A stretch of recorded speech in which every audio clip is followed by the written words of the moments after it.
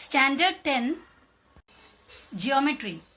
Dear students, let us continue the first lesson of geometry, that is similarity. But so in the last video we have studied the ratio of areas of two triangles is equal to the ratio of the product of their bases and corresponding heights. और यहाँ पर हम next second property पढ़ने वाले हैं, ratio of areas of triangles with equal Heights. क्या होगा अगर दो ट्रायंगल हमको जो दिया उन दोनों का हाइट अगर सेम है? तो पहले जो हमने देखे थे दो ट्रायंगल जिनका हाइट भी अलग है, बेस भी अलग है, यानी दोनों का अपना अपना हाइट और अपना अपना बेस था. तो हमने क्या किया था, a1 upon a2 equals b1 into h1 upon b2 into h2 किया था. एक बार जरा रिवाइज कर लेते हैं हम बच्चों. ये दो ट्रायंगल हमने मान लिया, समझो ये ABC ट्रायंगल और एक PQR ट्रायंगल. ये तो दो ट्रायंगल का. अभी ABC के बारे में देखते हैं. ABC में BC को मैंने बेस माना है. ओके, आई एम राइटिंग ये B1 for first triangles base. पहला ट्रायंगल का बेस के लिए B1 और उसका हाइट मैंने यहां से यहां इस तरह बनाई और उसका हाइट को H1 माना. पहले वाले ट्रायंगल का बेस को B1, हाइट को H1. इसी तरह दूसरे ट्रायंगल का बेस जो है उसको मैंने सेकंड ट्रायंगल का बेस दैट इज B2 और उसका हाइट ये बनाई यहां पर H2. ये 2 डिनोट करता है सेकंड वाले ट्रायंगल के, इसके लिए 2 नीचे डाला हुआ है. फर्स्ट वाला ट्रायंगल का बताने के लिए H और B के नीचे 1 1 डाला हुआ है. ओके, इतना क्लियर है. अभी ये दो ट्रायंगल का बेस का लेंथ आप देखो और इसका भी बेस का लेंथ देखो.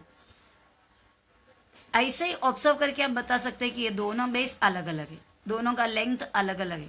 ओके, अभी यहाँ पे हाइट देखो, इसका हाइट इतना ही है और इसका हाइट उससे ज्यादा है.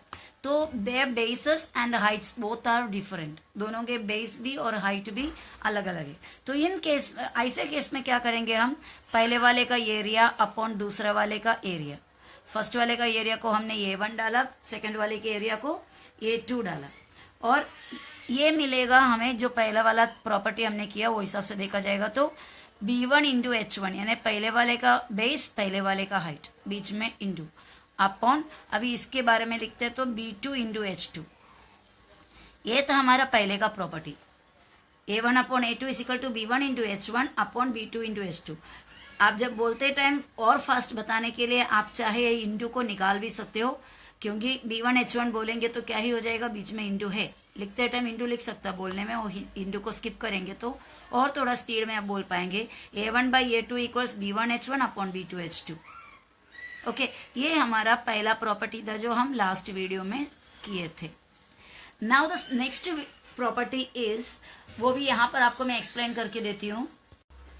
यहाँ पर अभी देखो बच्चे, मैंने पहले एक ट्रायंगल के लिए बेस बनाया. वो बेस का लेंथ देखो करीब कुछ 4 सेंटीमीटर लिया हुआ है और उसका हाइट के लिए मैंने 3 सेंटीमीटर, एक्यूरेट 3 सेंटीमीटर लिया है. ओके, और दूसरा एक ट्रायंगल मैंने यहाँ पर बनाने के लिए उसका बेस बनाया, काफी बड़ा है, इससे बड़ा है और उसका हाइट मैं यहाँ से इस पॉइंट से स्टार्ट करने जा रही हूँ, वो भी करेक्ट एकदम शार्प 3 सेंटीमीटर लिया. तो ये हाइट बनाए, ये बेस बनाए, ये इस ट्रायंगल का हाइट है और इस ट्रायंगल का बेस है.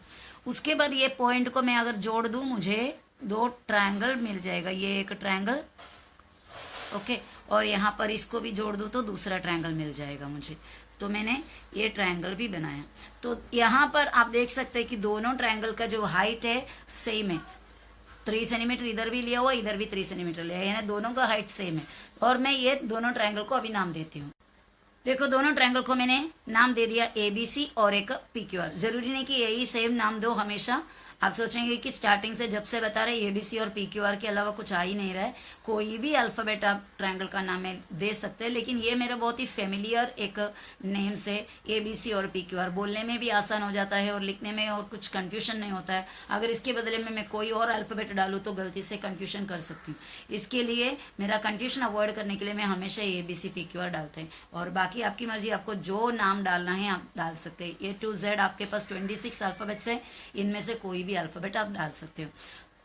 तो ये देखो, ये ABC, इसका हाइट मैंने यहाँ पर बनाया हुआ है, इसका PQR का हाइट यहाँ पर है. इस हाइट को मैंने AD नाम दिया और इस हाइट को PS नाम दिया, समझो. ओके, और अगर दोनों का एरिया को रेशियो में डाल दिया, देखो आपको करके मैं दिखाती हूँ उसको। एक का एरिया लिख दिया, area of triangle ABC, okay, पहले के जैसा, पहले का वही प्रॉपर्टी को हम यहाँ पे यूज करते हैं, area of triangle PQR, okay. और यहाँ पर एक काम करते हैं हम, एरिया ऑफ ट्रायंगल ABC का फॉर्मूला के हिसाब से क्या होगा, हाफ इंटू बेस कितना है BC इंटू हाइट इसका कितना है AD, बराबर, अपॉन डालें। अभी PQR के भी बात करोगे तो हाफ इंटू बेस हो जाता है QR और हाइट हो जाता है PS। अब देखो यहाँ पर हम सेम ऊपर नीचे है तो हम काटते हैं, डिवीजन हो जाता है, हाफ और हाफ कट गया, बराबर। और उसके बाद हम देखोगे तो ये जो AD और PS का दोनों का सेम लेंथ है, जो H1 और H2 का लेंथ सेम है, H1 is equal to H2, बराबर। दोनों हमने कितने कितने लिए, 3 सेंटीमीटर लिया हुआ है, यानी AD और PS इक्वल है वैल्यू में, तो वैल्यू में इक्वल है तो उसे भी काट सकते हैं। हमारे पास BC और QR अभी बचा है, लेकिन BC और QR का वैल्यू अलग अलग है, तो हम काट नहीं सकते उसको। तो फाइनल हमारे पास क्या बचा है, area of triangle ABC upon area of triangle PQR equals BC और QR बचा है, बराबर। और BC मतलब B1 होता है, QR मतलब B2 होता है। B1 यानी फर्स्ट वाले का बेस, सेकंड वाले का बेस B2।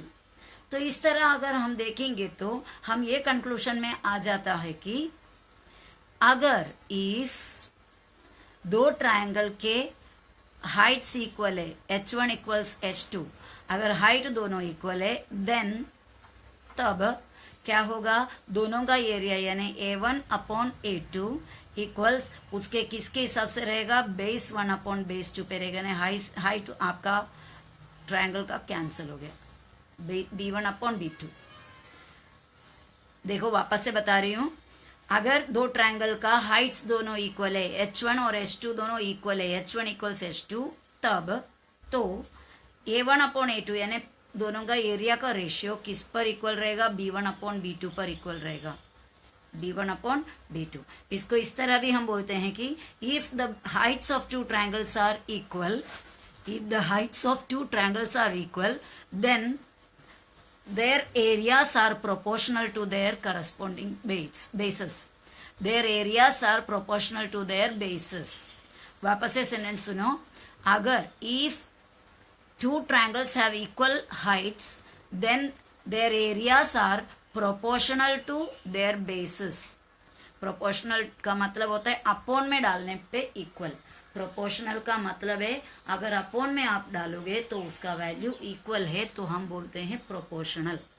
ओके, इतना क्लियर है। तो ये प्रॉपर्टी हमें अभी प्रूफ करके दिखाना है। एक्चुअली मैंने प्रूफ कर लिया है पूरा, और हमको थोड़ा अभी हमारे नोटबुक में लिखने के लिए सिस्टमैटिकली लिखना बाकी है। बाकी सब कुछ मैंने एक्सप्लेन कर दिया है। ओके, उम्मीद करती हूँ ये आपको अच्छे से समझ में आया हो। So let us right the everything neatly and systematically in a book. ये देखिए यहाँ पर वो स्टेटमेंट लिखा है जो मैंने अभी एक्सप्लेन किया आपको। Areas of triangles with equal heights are proportional to their corresponding basis.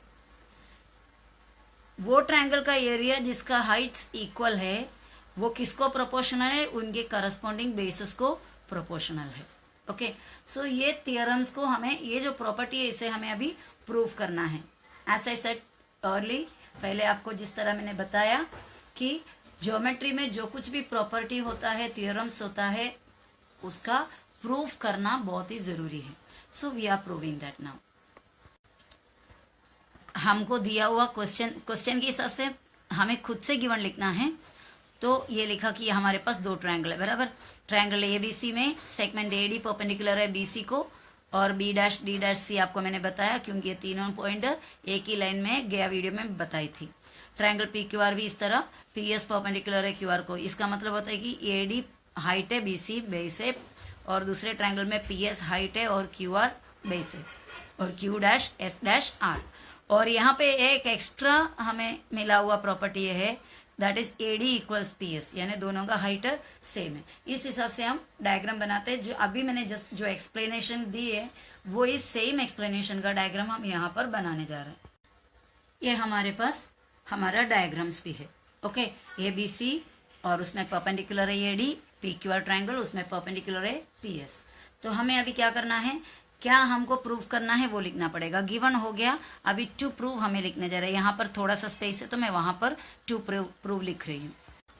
To prove में हम क्या लिखने वाले हैं, area of triangle ABC, triangle डाला, एरिया ऑफ ट्रायंगल ABC, ये जो लिखा हुआ पूरा इसे ही पढ़ते हैं, area of triangle ABC upon area of triangle PQR equals base और बेस रहेगा क्योंकि हाइट दोनों का इक्वल है। तो हमारे पास क्या आएगा इसमें, BC अपॉन QR। ये हमें प्रूफ करना है। ओके, अभी हमारा प्रूफ का स्टेप्स देखो। मैं प्रूफ करने के लिए यहाँ पर स्टेटमेंट्स करके हेडिंग लिख दिया, इधर रीजंस। और मेरा फर्स्ट पॉइंट मैं लिखने जा रही हूँ, एरिया ऑफ ट्रायंगल्स। जो पहले हमने प्रूव किया हुआ एक प्रॉपर्टी हमारे पास है, दो ट्रायंगल का एरिया का बेस एक्चुअली क्या होता है, base into height, base into height. तो हमें यहाँ पर पूरे फॉर्मूला लिखने की जरूरत नहीं है, half into base into height पूरा लिखने की जरूरत नहीं है। तो हम डायरेक्ट लिखने जा रहे हैं area of triangle ABC, okay, upon area of triangle PQR equals, क्या लिखने वाले हैं, बेस यानी BC इंटू हाइट AD, और यहाँ पर इसका बेस QR इंटू हाइट इसका PS। और इसका हमें रीजन लिखना पड़ेगा। ये रीजन क्या है, हमने ऑलरेडी किए हुए हैं। क्या रीजन है, शॉर्ट फॉर्म में मैं लिख रही हूँ A1/A2 equals B1 into H1 upon B2 into H2। Okay, दो ट्रायंगल का एरिया का रेशियो उसके बेस इंटू हाइट और उसके बेस इंटू हाइट पे जाएगा। ये हमने ऑलरेडी प्रूव किया हुआ थ्योरम के हिसाब से लिखा। अब सेकंड पॉइंट हम लिखने वाले हैं, लेकिन AD इक्वल्स PS करके हमें दिया हुआ है। कहाँ से लाएंगे हम, ये क्यों, इसका रीजन है दैट इज गिवन। AD और PS इक्वल लेकर के हमें दिया हुआ है तो गिवन लिखा। तो ऐसा है तो हम वापस से ये चीज लिखेंगे, area of triangle ABC upon area of triangle PQR equals BC into AD हमने लिखे, BC into AD upon QR into PS। और इसमें से हम क्या कर सकते हैं, ये BC इंटू QR को वैसे रख सकते हैं क्योंकि वो दोनों अलग अलग है, पर AD और PS से में तो सेम चीज को हमने काट दिया। तो हमारे पास क्या बचा, सिर्फ BC अपॉन QR। ये हमने कहाँ से किए, जस्ट इधर से, यानी फ्रॉम सेकंड। तो वो लिखने की जरूरत नहीं है, चाहिए तो आप लिख सकते हो फ्रॉम फर्स्ट एंड सेकंड करके इधर रीजन लिख सकते हो, that's not that compulsory. Okay, कोई इतना कंपल्सरी नहीं है। ये भी हो गया। तो हमारे पास क्या बचा, सिर्फ area of triangle ABC upon area of triangle PQR is equal to BC upon QR हुआ, जो हमें प्रूफ करना था। ओके, तो अभी हमारा फाइनल पॉइंट हम लिखेंगे, therefore area of triangle ABC। ये देखो, ये ज्योमेट्री का स्टेप्स किसके बाद क्या आएगा, ये कुछ लोगों का कंफ्यूजन होता है, बाय हार्टिंग करने लग जाते हैं। देखो, अगर हम जो कॉन्सेप्ट है वो कॉन्सेप्ट आपने अगर समझ लिए हैं और वो आप समझ कर अगर लिखते हैं तो आपको नेक्स्ट स्टेप क्या होगा वो कोई कंफ्यूजन की बात ही नहीं है। आप ऑटोमेटिकली नेक्स्ट स्टेप आपको दिमाग में आ ही जाएगा, क्या इसके बाद अभी ये लिखना है। देखो, अभी मैंने स्टार्टिंग में लिखा था, ये हमारा पहला थ्योरम जो हमने पढ़े थे, पहला प्रॉपर्टी, उस हिसाब से मैंने लिखा दोनों का, दो ट्रायंगल का एरिया उसके बेस और हाइट पे जाएगा। और वो सेंटेंस एक्चुअली बड़ा हमें लिखना था। रीजन में सेंटेंस ऐसा होता है कि ratio of areas of two triangles is equal to the ratio of the product of their corresponding bases and heights। ऐसा पूरा सेंटेंसेस लिखने के बदले में मैंने शॉर्ट में ये दिया। आप चाहे तो पूरे सेंटेंस भी यहाँ पर लिख सकते हैं। आगे जब सम्स करेंगे तो एक आधा सम्स में मैं वो सेंटेंस आपको दूंगी। और उसके बाद आपको ये देखना है कि आपको सिर्फ इतना ही आपको प्रूव करना है, ये दोनों नहीं चाहिए। तो हमारे गिवन में ऑलरेडी दिया हुआ AD और PS इक्वल है करके, तो वो हमने यहाँ पे उठा के लिख दिया। और ये कहाँ से लाए, हमको दिया हुआ है, हमने कहीं से लेकर नहीं आया है, तो वो रीजन यहाँ पर लिखा। उसके बाद क्या किया, वापस ये चीज को हमने लिखा, और वो क्यों लिखे, क्योंकि उसमें से हमें ये दोनों को काटना है, तो एडी और पीएस को काट दिए। एडी और पीएस को काटने के बाद हमारे पास क्या बचा वो अभी हम लिखेंगे, तो इसमें कोई कंफ्यूजन की कोई चांस ही नहीं होती। तो अपॉन डाला, एरिया ऑफ ट्रायंगल PQR हो जाता है, हम इसीकल टू इसमें बचा हुआ को हमने लिख दिया BC अपॉन QR। तो जिस तरह ज्योमेट्री को लेकर सभी लोग बहुत ही डरे हुए रहते हैं, बहुत टेंशन में रहते हैं, वैसा कुछ भी नहीं है ज्योमेट्री में। In fact geometry is easier than algebra, algebra से भी इजी होता है ज्योमेट्री, थोड़ा सा आपको ध्यान देनी पड़ती है बस। Okay, so this was the next, that is second property of our first lesson. Next चीज को लेकर हम वापस मिलेंगे in the next video. Up till that, bye bye.